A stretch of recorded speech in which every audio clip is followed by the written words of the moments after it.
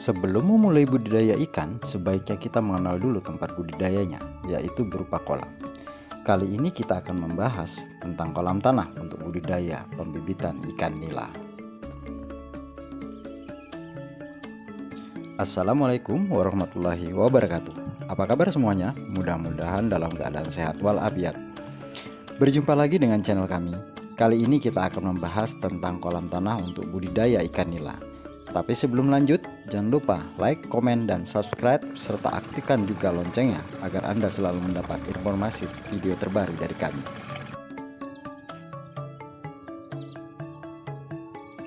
Kelebihan dari kolam tanah dibanding jenis kolam lainnya adalah kekayaan hayatinya, karena tanah yang menjadi dasar kolam merupakan tempat tumbuhnya berbagai organisme yang menunjang kehidupan ikan.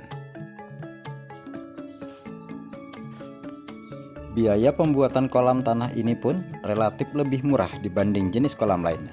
Kolam tanah pun lebih fleksibel yang gampang dialihfungsikan untuk tujuan lain seperti sawah.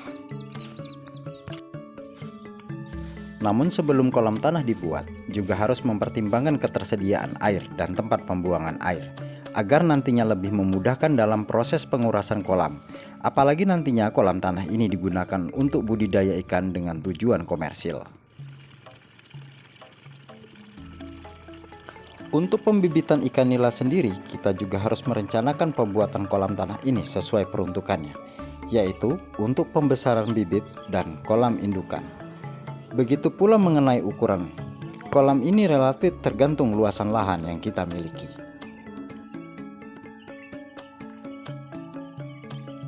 Setelah kolam tanah ini terbentuk, dasar kolam harus diratakan sembari dibuat kemalir yang mengarah ke pipa pembuangan yang fungsinya nanti untuk memudahkan dalam proses pengurasan, di mana nantinya bibit ikan yang dipanen akan berkumpul di dalam kemalir ini.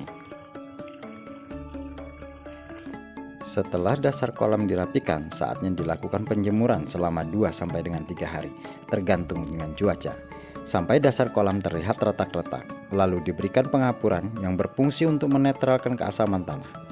Berikan kapur tanah atau dolomit. Untuk dosis pengapuran sendiri tergantung dari jenis tanahnya pula. Semakin tanahnya dominan tanah liat, maka dosis kapur semakin ditambah.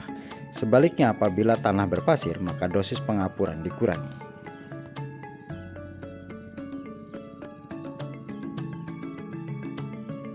Setelah proses pengapuran, maka selanjutnya adalah pemberian pupuk. Pupuk yang digunakan sebaiknya adalah pupuk organik sebagai pupuk dasar, namun apabila dirasa kurang bisa ditambah dengan pupuk kimia. Pupuk ini akan merangsang kehidupan dalam tanah berupa berbagai macam organisme yang sangat bermanfaat sebagai pakan alami ikan.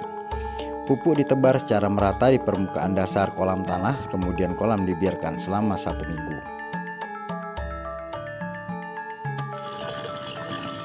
Tahap terakhir dari persiapan kolam tanah adalah pengisian air yang dilakukan secara bertahap. Apabila warna air tampak kehijauan, yang artinya ganggang sebagai makanan biota air telah tumbuh. Setelah itu ketinggian air bisa dinaikkan sampai dengan 60-75 cm dan kolam siap untuk penebaran benih ikan nila.